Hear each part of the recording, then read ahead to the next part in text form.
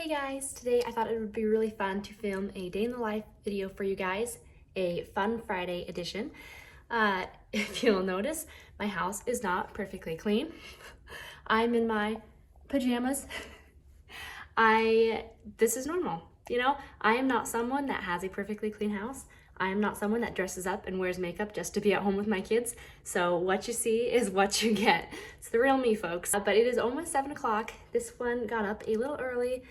I will be getting my other 4 up pretty soon. During the regular school week, Monday through Thursday, I usually get them up right around 7. On Fridays, I let them sleep in a little bit.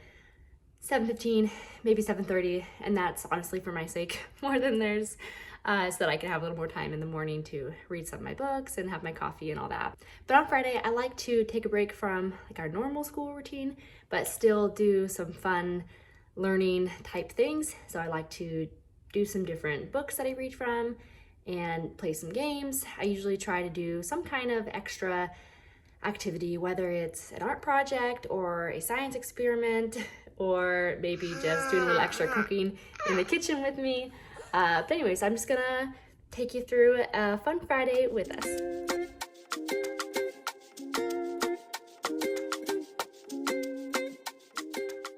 First thing in the mornings, before we start breakfast, I like to begin the day by reading together on the couch, letting the kids kind of wake up a little bit before we get started on anything else. We're going to read about honoring your parents, because who remembers what our memory verse is? Children, Obey. for this honor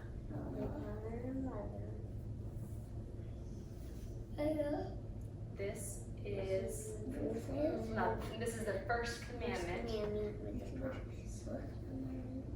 that is. So the kids are definitely a little groggy this morning, as you can tell. I actually don't usually go over a memory verse with them first thing in the morning. It just came up because we were reading about obedience, and our memory verse is about obedience. And the first book I was reading, I'll try to link a picture to it because I really love it. It's a fun little book about virtues and stuff like that. And the next book we're reading is Everyday Graces, which we've been reading through for quite a while because we typically just read it on Fridays, but we've really been liking it. And we are getting fairly close to the end, but we just read maybe for 5 minutes or so every Friday, and the kids typically enjoy it quite a bit. Southern states struggled against each other, and we entered into the Civil War, which lasted 4 years. President Lincoln led our country throughout this difficult time, during which many thousands of Americans died. When Abe Lincoln was just a child, he probably never dreamed he'd become president. Reading books together as a family when you have multiple toddlers can definitely be difficult and can try your patience, but it doesn't mean that it's not worth the effort. It is 100% worth the effort. And sometimes you gotta just kind of push through and take the small breaks when you need to address something with your little ones. But the earlier you start practicing things like this, the earlier they learn how to sit still and listen, and even if not listening, at least learning to be quiet when you've asked them to be. And it's a beautiful time amidst the noise and the frustrations that sometimes come up.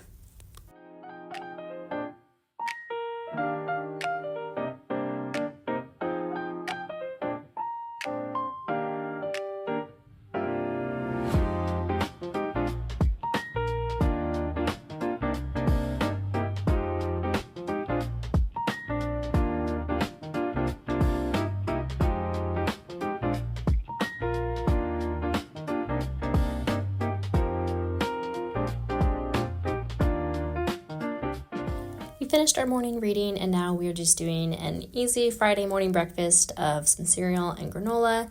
We just have a couple things we do at the table on Friday mornings, the first of which is some flashcards that I go through mostly with my oldest two. They are Good and the Beautiful flashcards, and I'm not actually sure if they are even sold anymore. I got super lucky and found them at a little free library a while ago. So some of them are geography cards, and the others are grammar and punctuation rules and stuff. And so I just do these as a Friday thing where it's once a week, and it kind of just keeps some things fresh that they already know, and then work a little bit on other things. Yeah. The country is Cuba.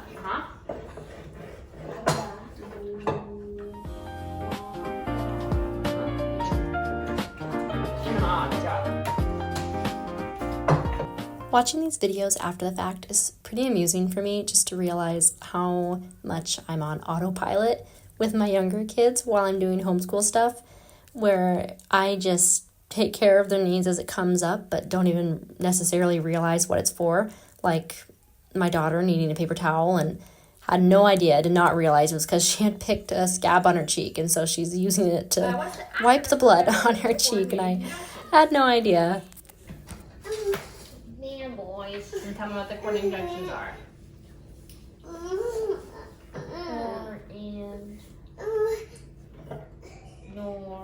These flashcards probably take us 5 to 10 minutes to go through, kind of depending a little bit on how many distractions there are from the little ones, but we finish those up, and then after this we pull out something called gratatories, I think, from the Daily Grace Co., I think.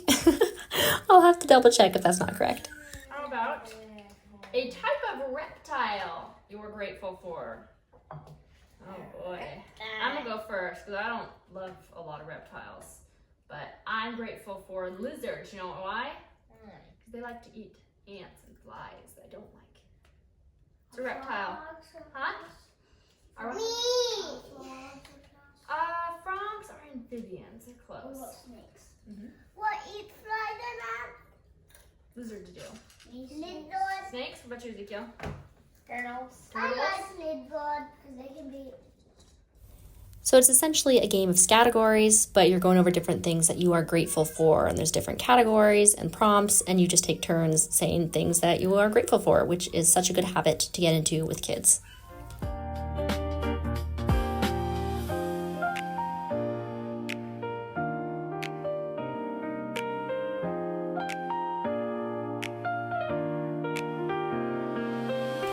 After we finish up with this little gratatories game, the last thing that we have for our breakfast time is to do Mad Libs, which is, again, just a Friday thing that is a really fun little way to practice parts of speech, and everybody can get involved.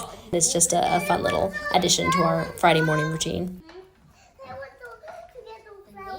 I stepped out for a couple minutes, and somehow my tripod setup got bumped a little bit. But like I said, that was the last thing we had for our breakfast time routine. And then once that is done, the kids have their chores to do. Just a couple kind of cleaning up after breakfast chores to set the dining room to rights.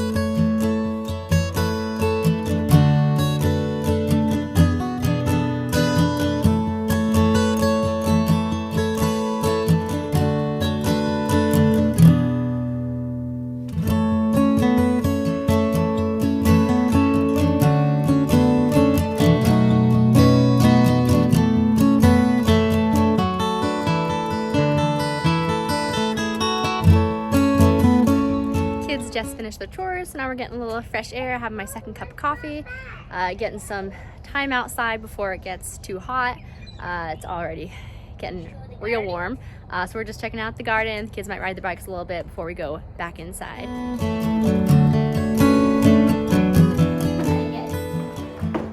You want to play some song too?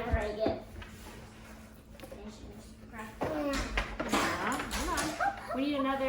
After coming back inside, it was time to play a couple games. I usually try to fit in 1 or 2 educational games on Fridays, and they're not something that I typically make my kids do.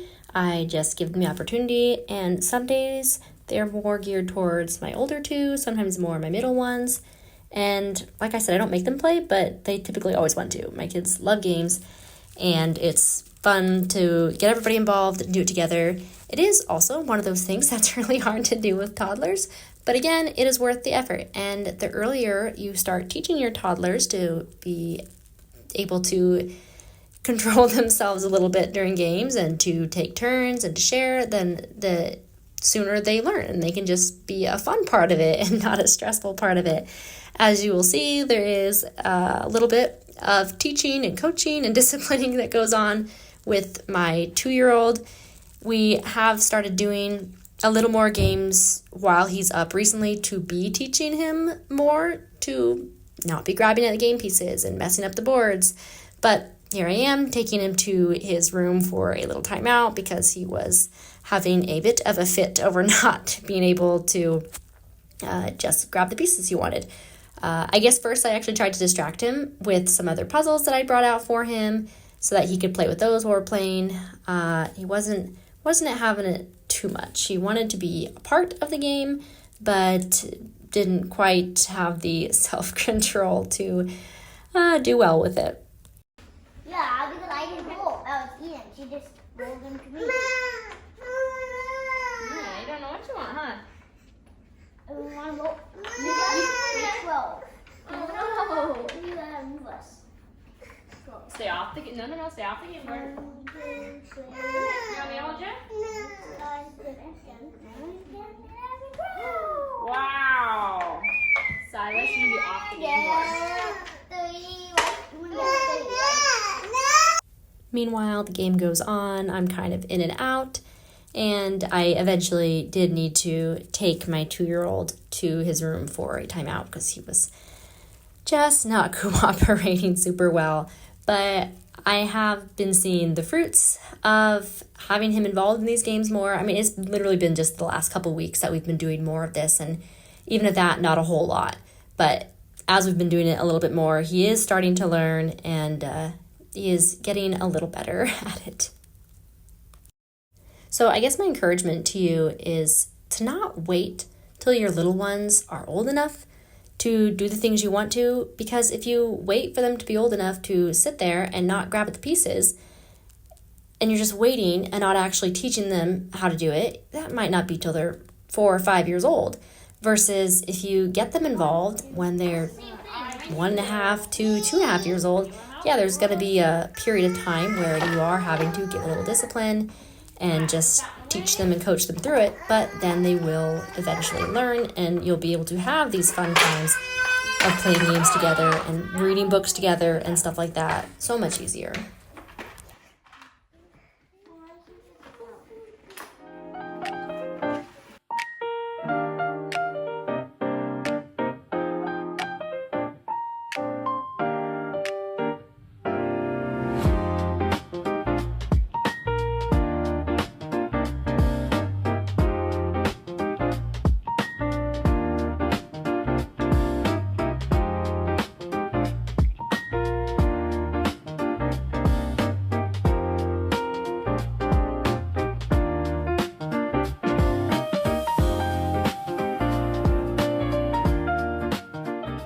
So we finished Some Swamp, which is truly a game that we love. It's simple enough that 4-year-olds, even older 3-year-olds can play with some help, but also fun for my 7-year-old and 9-year-olds to play as well. And even for my 7-year-old, just having that quick math fact practice of things like rolling the dice and seeing 6 minus 4, 2 plus 5, and that kind of stuff. That's how the dice works with that. There's a plus or minus die, and so you roll the 3 die, and then you either have to add or subtract to know how far you go. So that game is definitely one I would recommend to anybody that wants some more fun and easy math practice in their family, and I'll try to link that game and all the others that I can down below. The next game we're playing is called Treehouse Town, and it is from The Good and the Beautiful. It's a parts of speech game. Really simple. It just has 4 parts of speech, which is really nice because it's not some complicated game that if you can't keep up, it's just not fun. It's just learning common nouns, proper nouns, verbs, and adjectives. And it's literally just you flick the spinner, whatever it lands on. If you have a card of that category, that part of speech, then you get to get a house of that color. And once you have one of each of the 4 colors, then you win. So super simple, but a really just easy way to practice those parts of speech. As you can see, my 2-year-old was having some more difficulties, so I took him back to his room just to kind of have a little timeout. He actually does really well with timeouts. When he gets flustered or upset, he likes to go to his room, so that works out kind of well. So yeah, you're just plowing through, teaching him as we go, and making progress.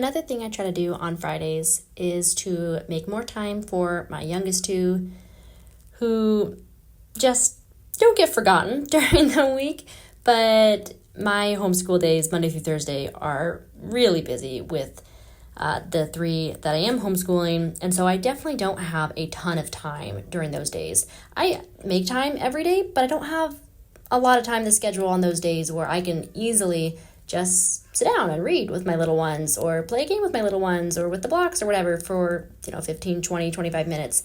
So I try to make that really happen on Fridays, and oftentimes I'll go to my 2-year-old or 3-year-old and just try to ask them, like, do you want to read or you want to play with blocks? And just try to give them some time where, they can have mommy for 15 or 20 minutes. And oftentimes other children join in, and the more the merrier. That's always fun.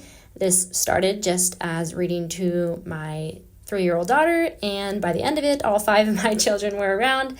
And it's just really fun and special being able to read these picture books, because with my kids getting older and getting more just books that we read that are part of our school stuff, and we read a lot of picture books with our school, but oftentimes they are science picture books or history picture books, and a lot of them are great books, and my younger ones will sit and listen and enjoy them too. But it is fun to have this time where we can just read whatever, and it doesn't have to be something we're reading for school or checking off any box or anything like that.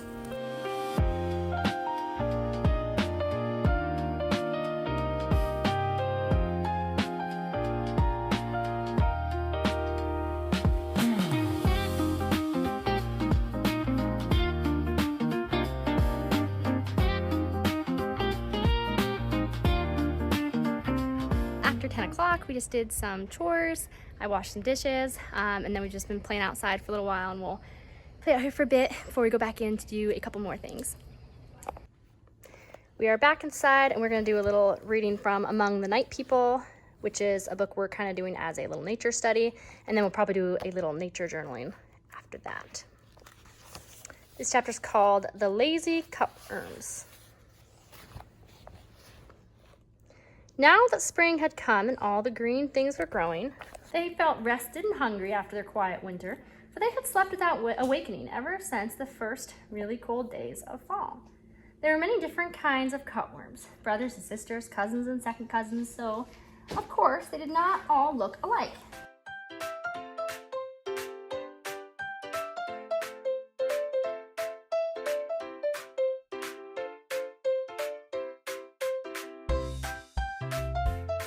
I know one. Mom, one's gray. There. I got some. Look, I'm making mine so. Oh, how do we put it down? Yeah. Can you see? Mm-mm. Oh! What is it? One of the pages. What is it?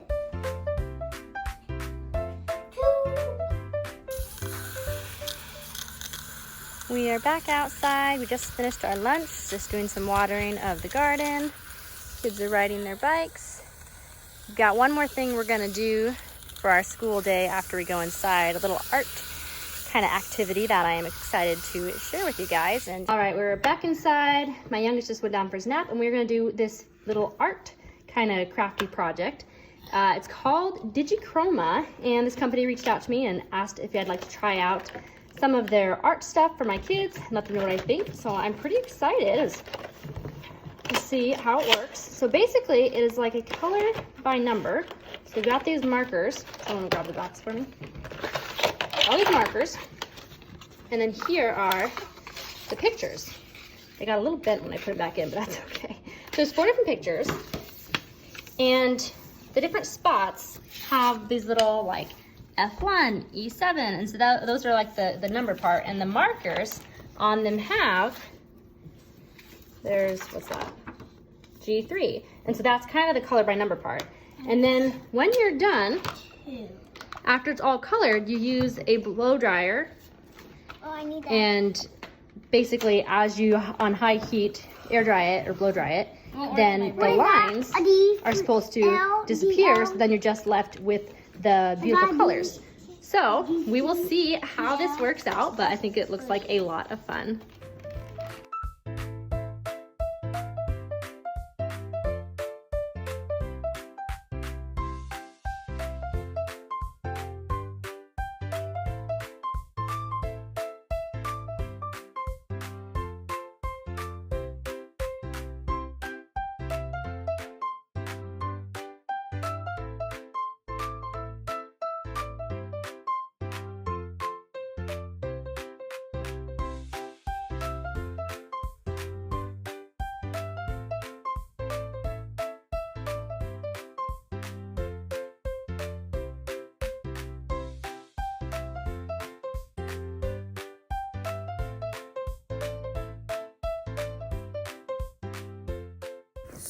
The kids are finishing the coloring, and now I'm doing the blow drying. And as I blow dry it, the lines are fading and the numbers, and they're looking really good. I'm not really sure how long it's supposed to take to do the blow drying. I don't know if I saw that on the directions, but I just spent a couple minutes on each one, and I wouldn't say all of the lines on them came off 100%, but definitely pretty close. And a really fun little way to have a coloring activity. I would definitely recommend these for anyone that has kids that love coloring and love specifically having that kind of guided coloring where it gives you the colors to do, but then you get to make the lines go away so it doesn't look like it was guided line. I mean, that's pretty cool. And this little coloring activity, we spent a lot of time on it. I think it was around an hour and a half that we were coloring for, which is pretty impressive for keeping that many of my kids so busy for so long. Even my 3-year-old, who did a little bit of one, and I helped with hers quite a bit, she was still there on the table using the markers just on paper and still coloring and being involved for that whole time. I'm just finishing up with those art projects. What did you guys think? Did you like them? Yeah. Were they fun? Yeah. Did you do it again? Yeah. Huh? Luke? Hey Luke, I'm asking for you. Would you do it again? Yeah. Yeah, was it fun? Mhm. Yeah. Yeah, so thanks to Digichroma for sending those out to me. That was real fun. Probably if we did it again, I would have them like do over 2 or 3 days because it was a lot of coloring, and so I think we all kind of got a little quick with our coloring just because it took us a long time. I think we've been working on them for well over an hour. So definitely would recommend for anybody that loves coloring. Here's the finished product for my oldest sons.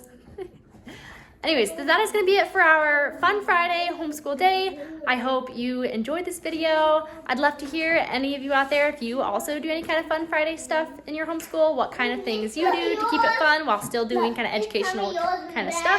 This is my 3rd son, so we haven't done the blow drying yet, but he's almost done coloring. All right, I'll see you guys next time.